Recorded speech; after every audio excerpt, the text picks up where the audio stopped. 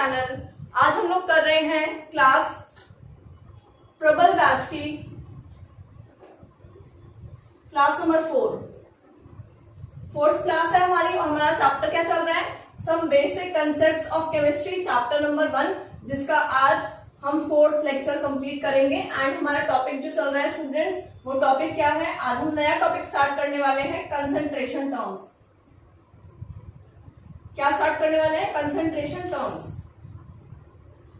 तो बहुत सारी कंसंट्रेशन टर्म्स हैं। सबसे पहले हम बहुत बेसिक से स्टार्ट करेंगे। सॉल्यूशन क्या होता है?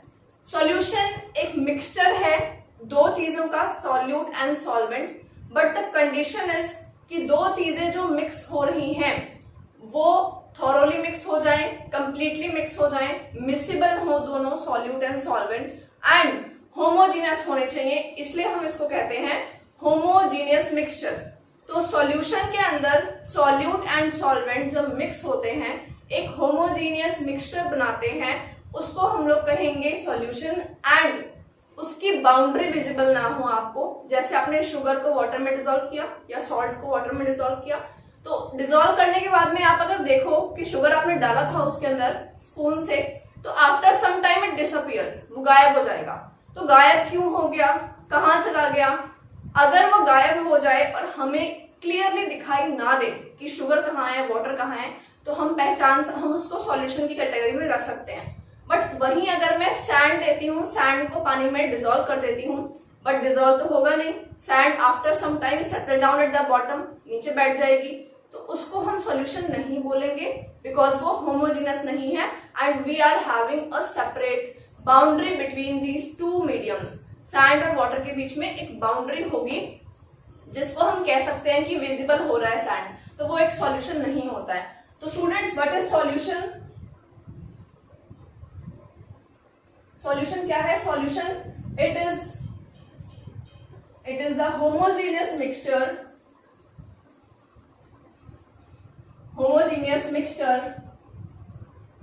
of two or more components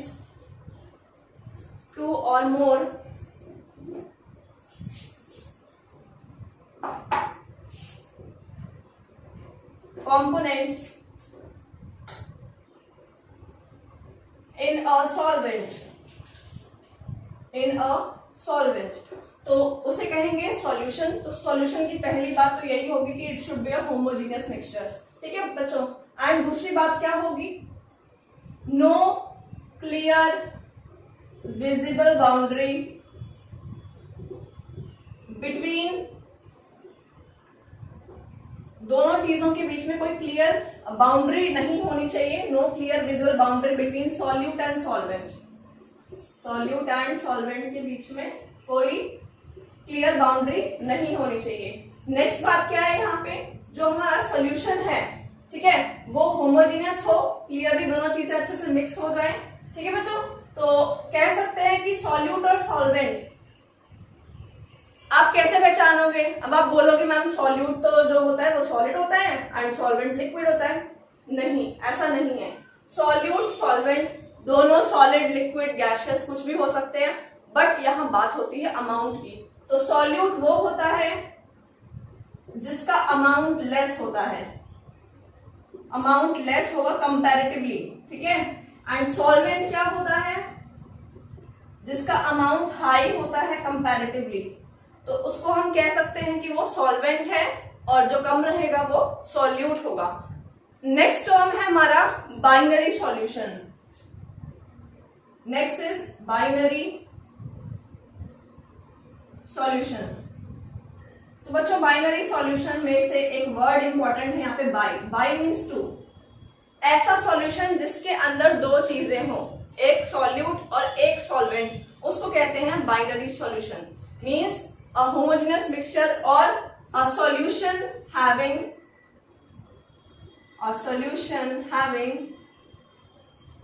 only two components in it, example नहीं कह सकते, components in it, that is one solute and one solvent. ठीक है बच्चों, एग्जाम्पल लिख देती हूं मैं यहाँ पे, सॉल्ट प्लस वाटर या फिर शुगर प्लस वाटर। तो ये क्या हो जाता है, ये बाइनरी सॉल्यूशन हो जाता है। बाइनरी मीन्स दो चीजों का मिक्सचर यहाँ पे होगा। ठीक है स्टूडेंट्स, यहां तक क्लियर हो गया। आगे चलेंगे, आगे मैं बात करती हूँ, एक इंपॉर्टेंट टर्म है यहाँ पे जो हम डिस्कस करने वाले हैं सॉल्यूशन के बाद, बाइनरी सॉल्यूशन के बाद, वो है सॉल्वेंट। जो है वो कितने तरह के होते हैं, सॉल्वेंट्स की बात कर लेते हैं थोड़ी सी।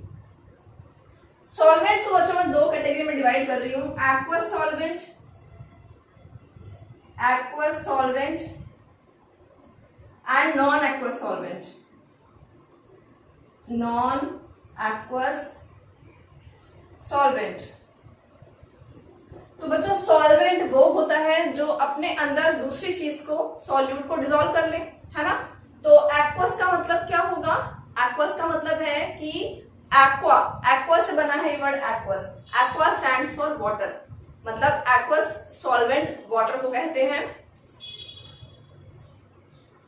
एंड नॉन एक्वस सॉल्वेंट वो होंगे जो वाटर के अलावा और बाकी सारे सॉल्वेंट्स होते हैं। तो बच्चों इसके बहुत सारे एग्जाम्पल्स हैं। क्या एग्जाम्पल्स हैं इनके, इसके एग्जाम्पल लिख लेते हैं। एग्जाम्पल है इसका, एल्कोहल हो सकता है, ठीक है, ईथर हो सकता है, अल्कोहल, ईथर, बेंजीन, ठीक है, CS2 कार्बन डाइसल्फाइड, ये सारे जो है बच्चों वो नॉन एक्वस सॉल्वेंट्स हैं, या हम कह सकते हैं पेट्रोल। तो पानी के अलावा जो अदर सॉल्वेंट्स होते हैं उनको नॉन एक्वस सॉल्वेंट्स कहा जाता है। तो alcohol, ether, benzene, CS2, petrol, ये सब नॉन एक्वस सॉल्वेंट्स हैं।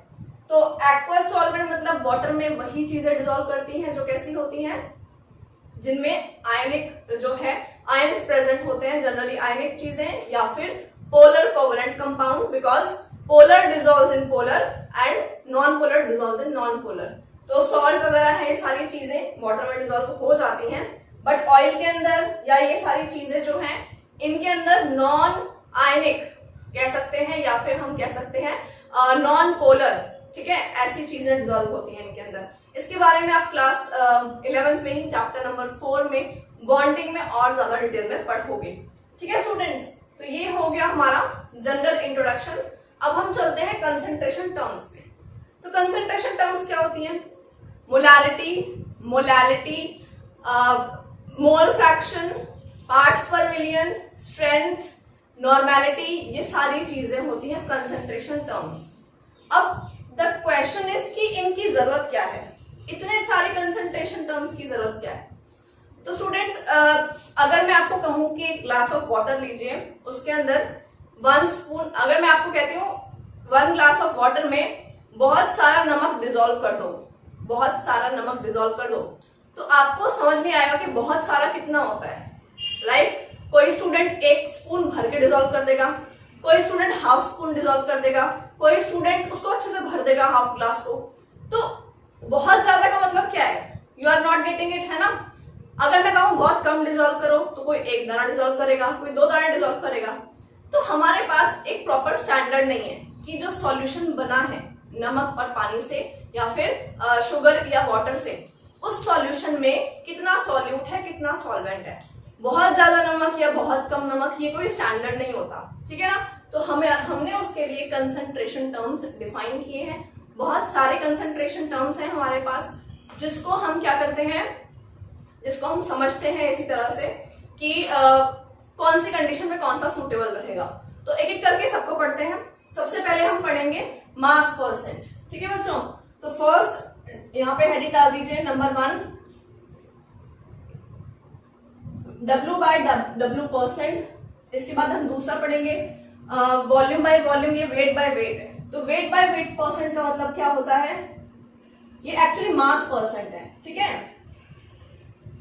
मास परसेंट इज इक्वल टू, बेटे W/W का मतलब है कि जो ऊपर न्यूमरेटर रहेगा वो भी किस में रहेगा, मास में रहेगा, एंड वेट में रहेगा, मतलब ग्राम में रहेगा, एंड जो नीचे सॉल्यूशन होगा वो भी वेट, मास या ग्राम में रहेगा।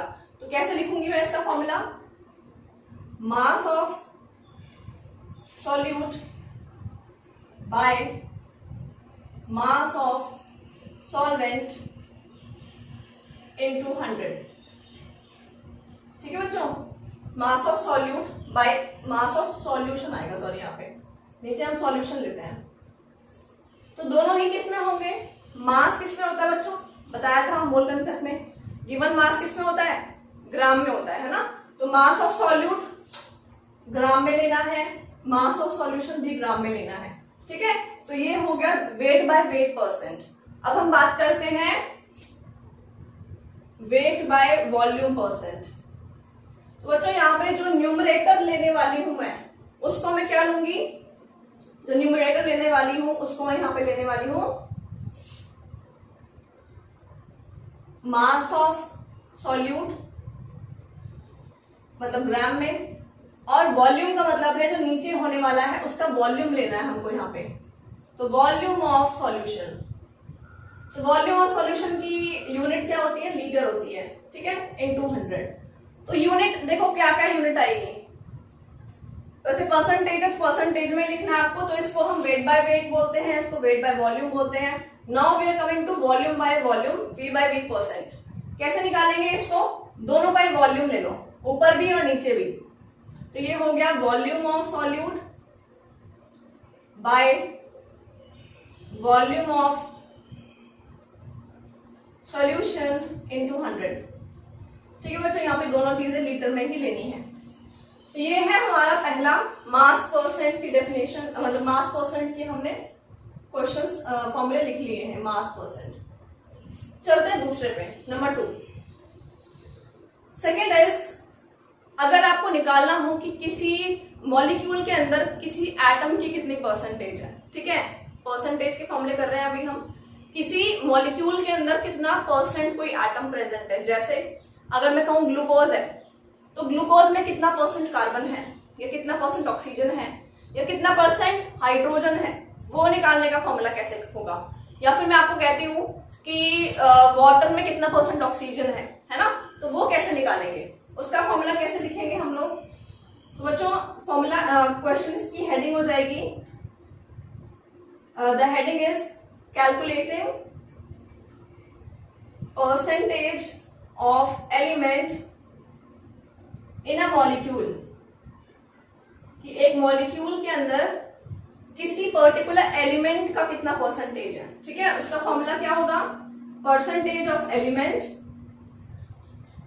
क्या होगा, किसके बराबर होगा, percentage of element is equal to atomic mass of element, जिसका हमें निकालना है। मान लो मैं हाइड्रोजन का निकालना चाहती हूँ कि ग्लूकोज में कितना हाइड्रोजन है, तो मैं यहाँ पे एटॉमिक मास ऑफ हाइड्रोजन लिखूंगी। ठीक है, एंड अपॉन में मॉलिक्यूलर मास ऑफ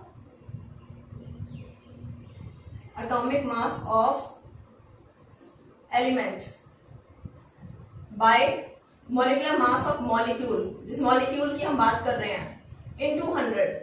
ठीक है, एंड यहाँ पे बच्चों एक चीज और, कितने एलिमेंट प्रेजेंट है ग्लूकोज में। अगर मैं हाइड्रोजन का परसेंटेज निकालना चाहती हूँ, तो हाइड्रोजन कितने एटम्स है हाइड्रोजन के। ठीक है, C6H12O6, H कितनी बार है, 12 टाइम्स है, तो मुझे यहाँ पे 12 से मल्टीप्लाई करना पड़ेगा। तो मुझे यहाँ पे एक नंबर n से मल्टीप्लाई करना पड़ेगा, वो नंबर क्या होगा, n बच्चों। इसका मतलब है number of atoms in that molecule, उस मॉलिक्यूल के अंदर ये एटम कितनी बार प्रेजेंट है, ये उसका फॉर्मूला है। बच्चों सभी पे न्यूमेरिकल करेंगे, सभी पे। ठीक है, डोंट वरी, सभी पे न्यूमेरिकल करने वाले हैं। पहले मैं फॉर्मूले लिखवा दूं आपको सारे। ठीक है, चलिए नेक्स्ट हमारा है क्वेश्चन, नेक्स्ट है मोलैरिटी। ठीक है, मोलैरिटी, इसको डिनोट करते हैं कैपिटल M से, कैपिटल M से डिनोट करेंगे मोलैरिटी को। ठीक है, तो मोलैरिटी क्या होता है बच्चों, मोलैरिटी का फॉर्मूला है number of moles of solute by volume of solution. बहुत सिंपल फॉर्मूला है, खत्म यहीं पे। ठीक है, number of moles of solute, ऊपर सॉल्यूट की बात हो रही है, नीचे सॉल्यूशन की बात हो रही है। ठीक है, number of moles of solute, number of mole निकालने जानते हो, मोल कंसेप्ट में पढ़ा है, given mass by molar mass. अगर उसका डाटा गिवन नहीं है तो given number by Avogadro number, उसका भी डाटा गिवन नहीं है तो वॉल्यूम बाय 22.4, कोई भी डाटा यूज करो, नंबर ऑफ मोल्स निकालो। किसके? सॉल्यूट के। कहाँ रखोगे? ऊपर रखोगे न्यूमरेटर में। नीचे क्या रखोगे? Volume of solution. खत्म, सॉल्व हो जाएगा। नाउ इसकी यूनिट क्या होगी बच्चों? यूनिट इज इक्वल टू, कैसे निकालेंगे यूनिट? यूनिट निकालेंगे number of moles of solute. तो नंबर ऑफ मोल्स का जो यूनिट है वो क्या है? मोल्स अपॉन नीचे वॉल्यूम। वॉल्यूम क्या होता है? लीटर। तो यूनिट क्या हो जाएगी? मोल्स पर लीटर या फिर मोल पर लीटर, ऐसे भी लिख सकते हैं। ठीक है, तो ये हो जाएगी मोलारिटी की यूनिट। तो स्टूडेंट्स नेक्स्ट चलते हैं फोर्थ फॉर्मूले पे।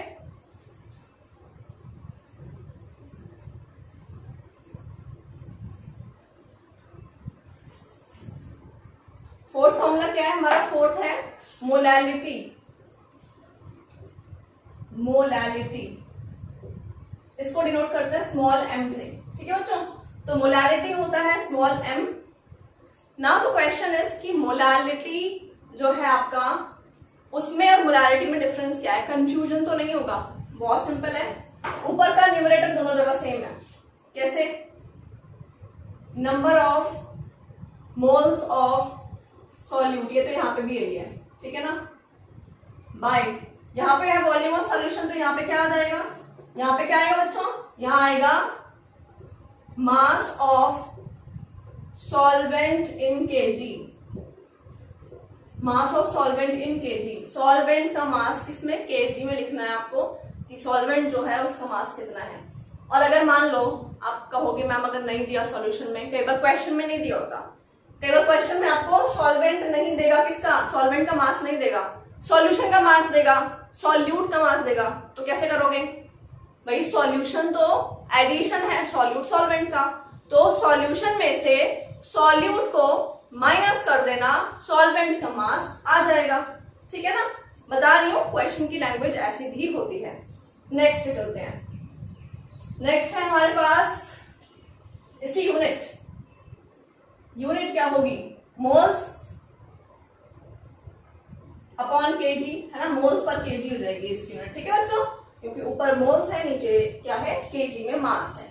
तो ये क्लियर हो गया, 4 टर्म्स हमने लिख दिए हैं। Come to number 5। फिफ्थ पढ़ते हैं हम लोग स्ट्रेंथ।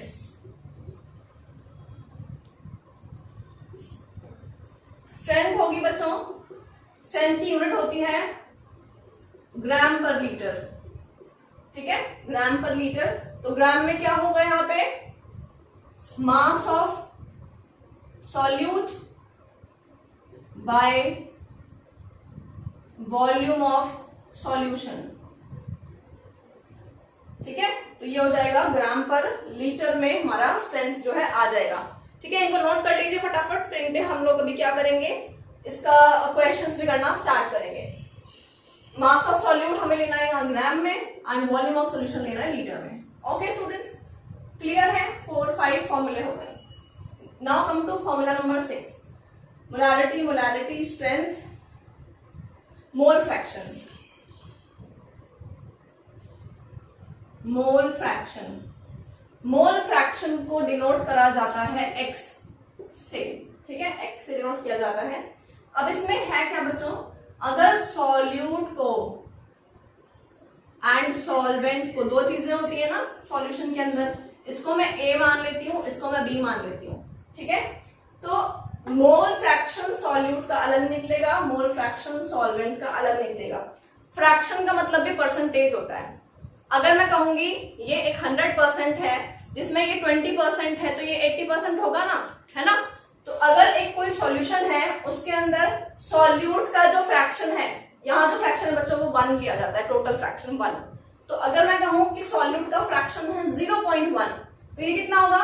0.9, क्योंकि टोटल कितना हो जाएगा? 1 होना चाहिए, है ना।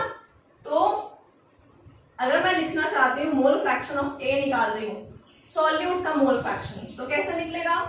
सॉल्यूट का मोल फ्रैक्शन निकलेगा XA is equal to number of moles of solute by number of moles of solute plus number of moles of solvent. The second is mole fraction of solvent B. कैसे निकालेंगे? Number of moles of B upon number of moles of A plus number of moles of B, मतलब ये total number of moles नीचे लेने हैं और ऊपर जिसका कैलकुलेट कर रहे हो मोल फ्रैक्शन उसको लेना है, ठीक है। What is N here, number of moles, ठीक है स्टूडेंट्स। अब क्वेश्चन कैसे आता है, कई बार आपको क्वेश्चन में क्या देगा कंपटीशन एग्जाम में, सारी वैल्यूज दे देगा, ये वो है, इतनी डेंसिटी, इतना मास, इतना फॉर्मूला दे दिया आपको, सारी चीज दे दी, और उसने ये भी बोल दिया कि मोल फ्रैक्शन ऑफ सॉल्यूट जो है उसकी वैल्यू 0.3 है, ठीक है, और बहुत सारी वैल्यूज दे दी। अब आपको बोलेगा कैलकुलेट करो मोल फ्रैक्शन ऑफ सॉल्वेंट, ठीक। आपको इतनी ज्यादा वैल्यूज जो दी हैं वो तो रिक्वायर्ड ही नहीं है, ठीक है, आपको कंफ्यूज करने के लिए दी है वो। अब आपको काम की क्या चीज है, बस सॉल्यूट का मोल फ्रैक्शन क्या करोगे, 1 में से माइनस कर दोगे, क्योंकि बच्चों XA plus XB is equal to 1 होता है, ठीक है, इसको याद कर लेना, इसको लिख लो हाईलाइट करके।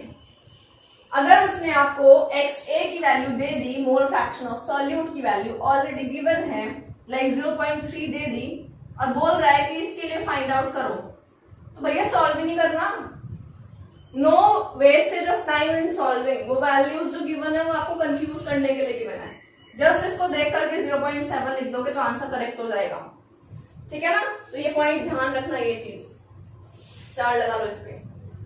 तो बच्चों मैंने आपको मैक्सिमम कंसंट्रेशन टर्म्स लिखवा दिए हैं, सिर्फ एक रह गया है नॉर्मेलिटी, उसकी वैल्यू लिख लेते हैं। मैं रब कर रही हूँ सारी चीजें,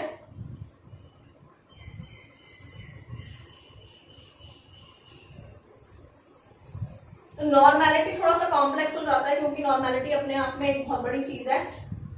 क्यों? क्योंकि उसको सॉल्व करने के लिए ना आपको बहुत सारे स्टेप्स फॉलो करने पड़ते हैं, एक बार में वो होता नहीं है, 3-4 फॉर्मूले उसको सॉल्व करने के, मतलब ऑप्शन नहीं है आपके पास, आपको करना ही है। तो बच्चों next we are coming to number 7, normality.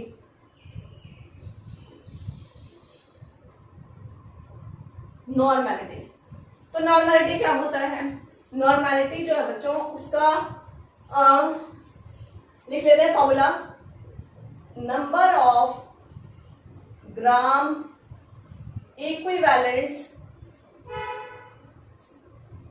Of solute by number of gram equivalents of solute by volume of solution in litre. अब ये सोच लो कि कितना इजी फॉर्मूला है, नंबर ऑफ ग्राम इक्विवेलेंट्स ऊपर लेने हैं और नीचे volume of solution in litre लेना है, ठीक है। अब इसकी यूनिट क्या होगी, यूनिट क्या होगी बच्चों, gram equivalents by litre, gram equivalents पर लीटर, ठीक है, ये इसकी यूनिट हो गई। Now the question is, ma'am number of gram equivalents question में गिवन होते हैं? नहीं होता, डायरेक्टली गिवन नहीं होगा, you have to calculate it, इसको भी निकालना पड़ता है, ठीक है। तो नंबर ऑफ ग्राम इक्विवेलेंट्स का फॉर्मूला क्या है, number of gram equivalents of solute is equal to given mass of solute, solute का मास, गिवन मास ऑफ सॉल्यूट, ठीक है। किसमें होता है गिवन मास, किसमें होता है गिवन मास, ग्राम में होता है, राइट, ग्राम में होता है, ठीक है। गिवन मास ऑफ सॉल्यूट जो है वो ग्राम में है। नीचे क्या करना है आपको, यहाँ पे होता है बच्चों इक्विवेलेंट मास ऑफ सॉल्यूट, जिस सॉल्यूट की हम बात कर रहे हैं उसका इक्विवेलेंट मास डिवाइड करते हैं।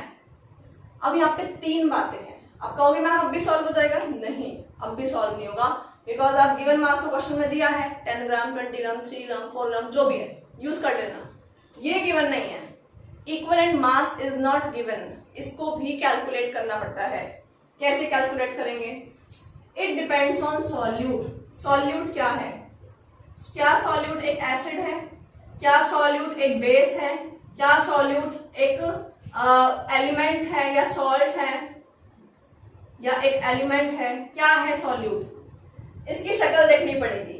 आपका जो क्वेश्चन आया है उस क्वेश्चन में इन चारों में से क्या दिया है, मान लो क्वेश्चन में H2SO4 दे दिया सॉल्यूट की फॉर्म में कि H2SO4 को पानी में मिक्स किया है और ये डाटा है, तो H2SO4 क्या होता है, एसिड होता है, अगर आपको दे दिया NaOH सोडियम हाइड्रोक्साइड तो वो बेस होता है। अगर आपको दे दिया NaCl सॉल्ट तो वो सॉल्ट होता है ना। तो आपको क्या दिया है क्वेश्चन में उसके अकॉर्डिंग फॉर्मूला लगाना पड़ेगा इक्विवेलेंट मास का। इक्विवेलेंट मास ये है, कैसे लगाओगे बच्चों? एग्जाम्पल देती हूं। एग्जाम्पल जैसे कि आपको सबसे पहले पूछा गया example number 1, equivalent mass of acid का फॉर्मूला क्या होगा? उसका फॉर्मूला क्या होगा? मोलर मास ऑफ एसिड या molecular mass of acid upon acid की बेसिसिटी। हाँ जी, अब थोड़ा शॉक लगेगा 11th के बच्चों को। अभी तो बेटा तुम आए हो 11th में, अभी तो तुम्हें बहुत सारे रोलर कोस्टर से होके निकलना है। ये बहुत नई नई चीजें आएंगी। एसिड की बेसिसिटी, हाँ जी, एसिड की बेसिसिटी होती है एंड बेसिस की एसिडिटी होती है। ठीक है, तो इक्विवेलेंट मास ऑफ एसिड का फॉर्मूला होता है, मतलब देखो नॉर्मेलिटी निकालने के लिए ये फॉर्मूला लगाओगे, इसको निकालने के लिए ये फॉर्मूला लगाओगे, इसको निकालने के लिए ये फॉर्मूला लगाओगे। नॉर्मेलिटी निकालना आसान बात नहीं है, 3-4 स्टेप्स फॉलो होंगे। ठीक है, तो अब इक्विवेलेंट मास का एसिड का फॉर्मूला क्या है? Molecular mass of acid upon basicity of the acid. Basicity क्या होती है? इसका मतलब होता है या तो एन फैक्टर, या तो एन फैक्टर समझ लो, या फिर number of replaceable hydrogen ions, H+ ions, number of replaceable hydrogen ion from the acid, या फिर एन फैक्टर। तो कैसे निकालते हैं बच्चों? अगर मैं आपको देती हूँ HCl में से कितने हाइड्रोजन निकलेंगे पानी में जाने के बाद? 1 निकलेगा। ठीक है, तो इसके लिए बेसिसिटी कितनी हो जाएगी? HCl के लिए बेसिसिटी यूज करते हैं 1 because it is releasing only 1 H+। ठीक है, दूसरी बात, अगर मैं लेती हूँ H2SO4 तो यहां पे हाइड्रोजन आयन कितने रिलीज हो रहे हैं? 2 रिलीज हो रहे हैं, 2H+ प्लस Cl-। ठीक है, 2 रिलीज हो रहे हैं। तो यहां पे बच्चों बेसिसिटी कितनी होगी? सॉरी, Cl- नहीं, SO4 सल्फेट, SO4 तो यहाँ पे कितने हाइड्रोजन रिलीज हो रहे हैं? 2। तो बेसिसिटी कितनी हुई? 2 हो गई। ठीक है, next is H3PO4 phosphoric acid. इसमें कितने हाइड्रोजन रिलीज होंगे? 3H+ plus phosphate ion. Phosphate ion का फॉर्मूला क्या है बच्चों? PO4 3-। ठीक है, तो आप ले लीजिए यहाँ पे बेसिसिटी इज इक्वल टू 3। ठीक है, इसको आपने पुट करना है यहाँ पे बेसिसिटी की जगह पे।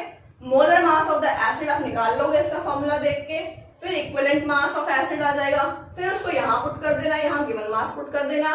उसके बाद में यहाँ पुट कर देना जो आंसर आएगा ऊपर, फिर यहाँ पे वॉल्यूम ऑफ द सॉल्यूशन को पुट कर देना। ऐसे निकलेगा नॉर्मेलिटी का आंसर। ठीक है, ये एसिड का बताया है मैंने आपको। ठीक है ना। नाउ अब आप बोलोगे मैम इतना सब कुछ करना पड़ेगा, फॉर्मूले याद करने पड़ेंगे? जी हाँ, करने पड़ेंगे। ठीक है, चलिए अब मैं एसिड का इक्विवेलेंट मास का फॉर्मूला बता दूं कैसे निकालना है। एसिड का इक्विवेलेंट मास कैसे निकालना है? Number 2, equivalent mass of base. Acid का तो निकाल लिया ना, बेस का कैसे निकालेंगे? Molecular mass of base upon acidity. जी हाँ, बेस के केस में एसिडिटी होती है। ठीक है, नेक्स्ट है कैसे निकालेंगे? एग्जांपल देती हूँ।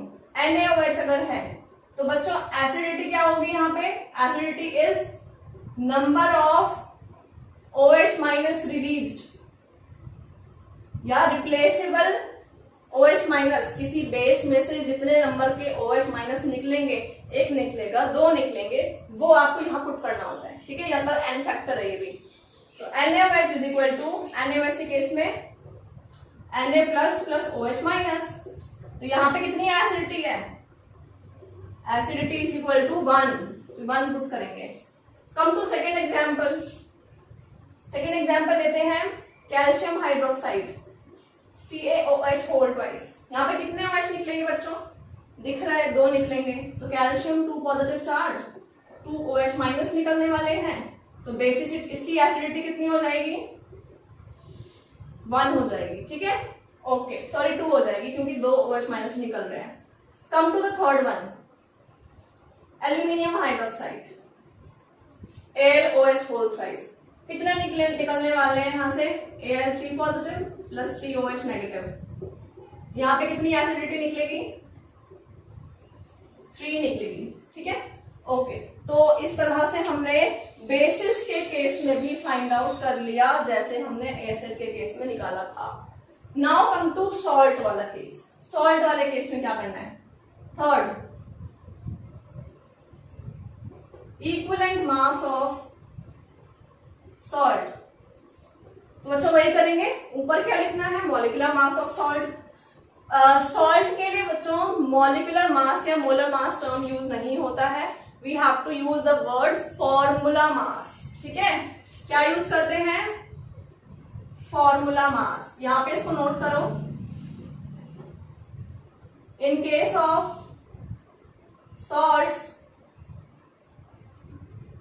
Use term formula mass and not molar mass या molecular mass। ठीक है, आपने क्या नहीं करना है, आपने यहाँ पे in case of salts use term formula mass and not molar या मॉलिकुलर मास। ठीक है, फॉर्मूला मास यूज करेंगे वर्ड, मतलब यहाँ पे होती है फॉर्मेलिटी। ठीक है, वो वाली फॉर्मेलिटी नहीं, दूसरी वाली फॉर्मेलिटी। ठीक, डिवाइड बाय, अब ये तो फॉर्मूला मास हो गया, मतलब मोलर मास हो गया सॉल्ट का, निकाल लेंगे। डिवाइड बाय, यहाँ पे तो हमने बेसिसिटी से डिवाइड किया, यहाँ पे एसिडिटी से डिवाइड किया, यहाँ पे क्या करेंगे बच्चों, यहाँ पे हम करेंगे इसको डिवाइड या तो टोटल पॉजिटिव चार्ज या टोटल नेगेटिव चार्ज किसी भी सॉल्ट में। एंड मैं आपको बता दूं वो दोनों बराबर होते हैं। कैसे, अगर मैं एक सॉल्ट ले रही हूं Na plus and Cl minus, तो इसमें जितना प्लस है उतना ही माइनस है, सिंपल। अगर मैं एग्जांपल ले रही हूँ, हाँ इस केस में 1 हो जाएगा। अगर मैं एग्जांपल ले रही हूँ आपके सामने NaCl के अलावा अगर मैं सॉल्ट का एग्जांपल लूं CaCl2 कैल्शियम क्लोराइड, तो जितना पॉजिटिव चार्ज है कैल्शियम पे 2 पॉजिटिव, उतना ही ना टोटल Cl माइनस मिलके 2 नेगेटिव हो गए ना, तो यहाँ पे 2 हो जाएगा। समझ में आ गई बात, टोटल पॉजिटिव चार्ज और टोटल नेगेटिव चार्ज हमेशा बराबर होते हैं और हमेशा हमें यहाँ पे वही वैल्यू रखनी है, टोटल पॉजिटिव चार्ज और टोटल नेगेटिव चार्ज, वो रख दो, वैल्यू रख दो तो आंसर आ जाएगा। साइन यूज नहीं करना, डोंट यूज द साइन है, नेगेटिव पॉजिटिव साइन का कुछ काम नहीं है यहाँ पे। ठीक है ना, चलिए ये हो गया हमारा सॉल्ट के केस में भी निकालेंगे किस तरह से। ठीक है बच्चों, तो नॉर्मेलिटी बेस के लिए, सॉल्ट के लिए, एसिड के लिए इक्विवेलेंट मास कैसे निकाला जाता है बता दिया मैंने आपको। एक और चीज, फोर्थ, अगर किसी एलिमेंट के लिए निकालना हो, मान लो कोई एलिमेंट मिक्स किया जा रहा है किसी चीज में, एलिमेंट अगर आपका सॉल्यूट हो जाता है तो equivalent mass of element is equal to, कैसे लिखेंगे, क्या फॉर्मूला होगा, ऊपर मॉलिक्यूलर मास, एटॉमिक मास, नीचे उसकी वैलेंसी। ठीक है, ऊपर क्या होगा, atomic mass of element divide by उसकी खुद की वैलेंसी कितनी है। ठीक है, तो इस तरह से फोर्थ भी निकल जाएगा। तो बच्चों मैंने आपको आज कितने फॉर्मूले करा दिए, मैंने आपको फॉर्मूले करा दिए हैं टोटल 7, नॉर्मेलिटी को इंक्लूड करके 7 करा दिए हैं। ठीक है, अब मैं एक क्वेश्चन कराती हूँ यहाँ पे आपको, बहुत इंपॉर्टेंट क्वेश्चन है। ठीक है, I am going to rub all this. ये क्वेश्चन काफी एग्जाम में पूछा जाता है एंड जो भी आप इंस्टीट्यूट का स्टडी मटेरियल फॉलो करते हो आपको उसमें ये क्वेश्चन जरूर मिलेगा। क्या क्वेश्चन मिलेगा, question is which of the following concentration term is better to use. इन सारी जो कंसंट्रेशन टर्म्स हमने यूज करी है, molarity, molality, strength, mass percent, volume percent, normality, molality, इन सब में बेटर कंसंट्रेशन टर्म कौन सी है, ये क्वेश्चन अगर आपसे पूछा जाए तो किस बेसिस पे आंसर करेंगे, आई विल टेल यू। सारे लिख लेते हैं। Molarity, number 2 is molality, number 3 is normality, number 4 is strength, और मैंने आपको क्या कराया, number 5 is weight by weight percent, number 6 is weight by volume percent, number 7 is volume by volume percent. ठीक है, मैंने इतनी टर्म्स आपको करा दी है। इन सब में से बेटर टर्म कौन सी होगी? तो बच्चों एक बात सुनो, जिस फॉर्मूले में वॉल्यूम आ गया, ठीक है, वॉल्यूम, तो बच्चों वॉल्यूम जो है ना वो टेम्परेचर और प्रेशर के अकॉर्डिंग चेंज होता रहता है। आप जानते हो ना, अगर कोई गैस है, कोई लिक्विड है, टेम्परेचर बढ़ जाता है तो उसका वॉल्यूम बढ़ जाएगा, प्रेशर लगा दोगे, प्रेशर इंक्रीज कर दोगे तो वॉल्यूम कम हो जाएगा। तो liquids and gases and these solutions are made in liquid state. तो लिक्विड्स और गैसेस वॉल्यूम से अफेक्ट होते हैं। ठीक है, वॉल्यूम जो है वो अफेक्ट होता है किससे? टेम्परेचर या प्रेशर से। तो मान लीजिए आपने एक दिन पहले बना के रख दिया कोई सॉल्यूशन और गर्मी बहुत ज्यादा थी, बना के रख दिया, 2 दिन बाद आए, बारिश वगैरह हो गई, टेम्परेचर चेंज हो गया, ठंडा हो गया, तो जो वैल्यू है ना वो एक्यूरेट नहीं रहेगी। भले ही बहुत कम चेंज आए बट चेंज तो आएगा। ठीक है ना, तो इसलिए आपको उस पर डिपेंड नहीं करना होता जिस कंसंट्रेशन टर्म में वॉल्यूम यूज्ड हो। तो ऐसे सॉल्यूशंस को जिसमें हम मोलैरिटी, ये सब मतलब जिसमें वॉल्यूम होता है, उसको हम तुरंत बना के तुरंत यूज कर लेते हैं, उसको हम ज्यादा टाइम तक स्टोर नहीं करते हैं ऐसे सॉल्यूशन को। ठीक है ना, तो अब किस किस में वॉल्यूम हमने यूज किया उनकी बात करते हैं। नॉर्मेलिटी का फॉर्मूला देखो, number of gram equivalents of solid by volume. Volume use किया है, मतलब this is not the right thing to use. ठीक है, ज्यादा लंबे टाइम तक कोई सॉल्यूशन बनाना है आपने तो नॉर्मेलिटी सही नहीं है। मोलैरिटी का फॉर्मूला सोचो क्या है, number of moles of solid by volume, ये भी सही नहीं है। मोलैलिटी का सोचो, number of moles of solute by mass of solvent in KG, ये ठीक है, यहाँ पे कोई वॉल्यूम यूज नहीं हो रहा है। स्ट्रेंथ ग्राम पर लीटर, इसमें वॉल्यूम यूज करते हैं, ये भी सही नहीं है। Weight by weight is okay, weight by volume सही नहीं है, वॉल्यूम बाय वॉल्यूम सही नहीं है।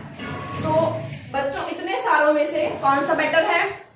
इतने सारों में से बेटर सिर्फ molarity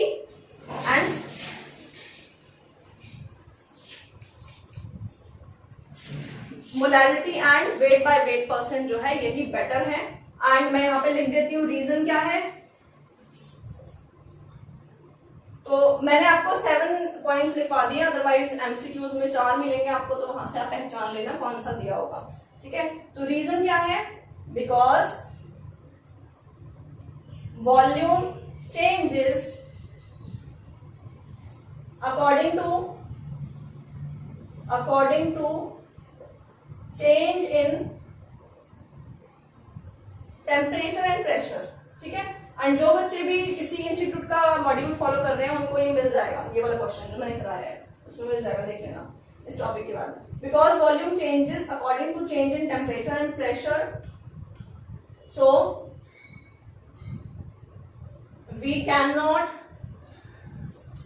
use such concentration terms which include volume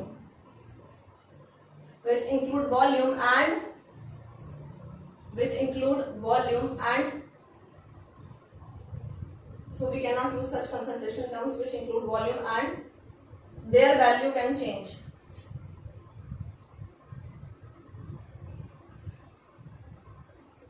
over time के साथ साथ जो इनकी वैल्यू है वो चेंज हो सकती है। ऐसा सॉल्यूशन जो है बना के स्टोर करने लायक नहीं होता है। ठीक है स्टूडेंट्स, तो आज मैंने आपको कंसंट्रेशन टर्म्स के फॉर्मूले लिखवा दिए हैं। मैं एक्सपेक्ट करूंगी नेक्स्ट क्लास में जब मैं आपको क्वेश्चंस कराऊंगी इनके, मैं आपको कराने वाली हूँ, सॉल्व कराऊंगी जो न्यूमेरिकल्स जो है इनके इसी टॉपिक पे। उससे पहले मैं एक्सपेक्ट करूंगी कि ये सारे फॉर्मूले याद करके आना। ठीक है, याद करके ही अगली क्लास को देखना एंड जो भी क्वेश्चन करोगे उसमें फॉर्मूला जरूर लिखना। जितनी बार फॉर्मूला लिखोगे ना उतनी बार याद हो जाएगा। ठीक है बच्चों, तो आई एक्सपेक्ट ये सारे फॉर्मूले लिख के आप लोग याद करेंगे अच्छे से, उनको अच्छे से मतलब अच्छे से याद कर लेंगे। कैसे याद करते हैं मैम, हमें तो कुछ याद ही नहीं होता। जो बच्चे ये कहते हैं उनके लिए बता रही हूँ, आप लोग ढंग से याद ही नहीं करते बच्चे। अगर आप 5-5 बार 6-6 बार किसी चीज को लिख लेते हो, एक बार देख करके फिर दूसरी बार बिना देख के लिखने की कोशिश की, अगर आप ये 7 फॉर्मूले एक दिन में लिख सकते हो, हर फॉर्मूले को 5 बार भी लिखोगे ना तो आपको याद हो जाएगा। तो 7 5 या 35 बार लिख लिया फॉर्मूले को तो क्या हो गया। जब आपको इतना बड़ा आप गोल एम सेट कर रहे हो, NEET IIT JEE mains advance cross करना है, आपको अपीयर करना है, उसमें फाइट करना है इतने बच्चों से, तो ये फॉर्मूले क्या चीज है, ये तो आप करने पड़ेंगे ना बच्चे। तो ये तो एक प्रोसेस है, पढ़ाई मेहनत का कोई शॉर्टकट नहीं है, मैं हर बार यही बोलती हूँ। तो ये आपको करना है, नेक्स्ट क्लास में ये सब याद करके आएंगे। मेरा आपके लिए यही होमवर्क है। ठीक है, होमवर्क क्या है, लर्न फॉर्मूले, सारे फॉर्मूले लर्न करने हैं। ठीक है, सारा का सारा जितना लिखवाया आज वो सारा लर्न होना चाहिए नेक्स्ट क्लास में। Okay students, bye bye. Like करें, कमेंट करें and share with your friends. Bye. Tell me pretty lies, look me in the face, tell me that you love me, even if it's